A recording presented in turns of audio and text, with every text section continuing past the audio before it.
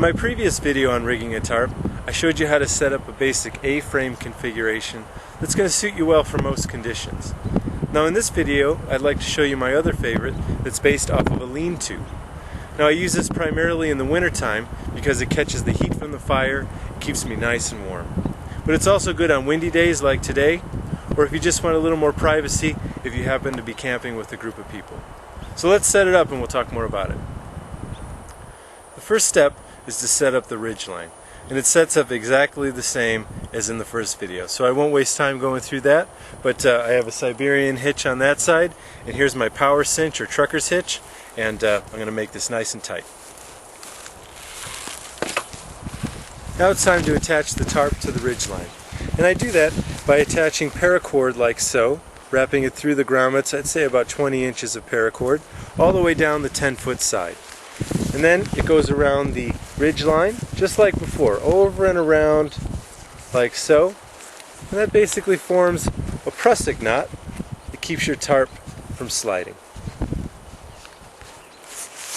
I'm going to tie up the rest of these.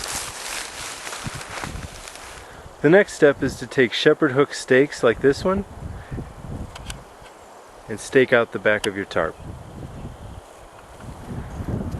One thing I wanted to point out is that the guy lines for the A-frame setup are still attached, and if you tie them up nice and neat like that, they'll stay out of the way and tangle free. Well, even though I staked this out as tight as I could, and it's just a mildly windy day, look how much space I'm losing to the wind. Now if it was snowing, you can imagine it'd be even worse. So this is the downfall with this type of setup unless you take care of it, which is what I'll show you how to do right now. Find a few branches about chest high. You can make a crude point on the end because you're going to pound them in. Go right around the midway point of your tarp.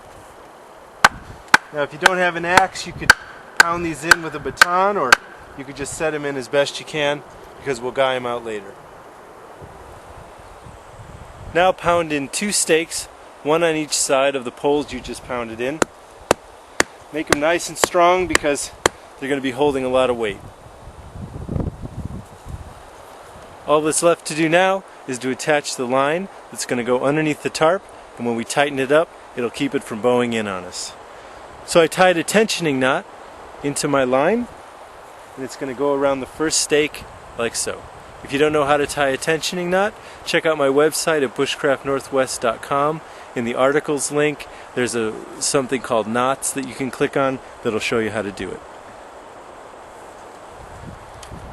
We're going to use clove hitches to attach our line to the poles. If you don't know how to attach a clove hitch, or to tie a clove hitch rather, in the middle of a line without having to find the ends, I highly recommend you learn a way. This is my personal favorite. You cross your hands like so, and then you put your hands knuckle to knuckle and you drop one into the other. Okay? And that's a clove hitch. I'll do it one more time. So, hands like so. One hand palm up, the other palm down. The one that's palm down fits inside of that one. And there's your clove hitch. And it goes right around our pole. Alright, I used the tensioning knot on the other side to get the slack out between the stake and the pole. And I'm going to use that same clove hitch technique to tie another one around this pole. And now this end is going to go to the other stake with a power cinch or another tensioning knot. And then you just tighten it all up. So here it is all set up.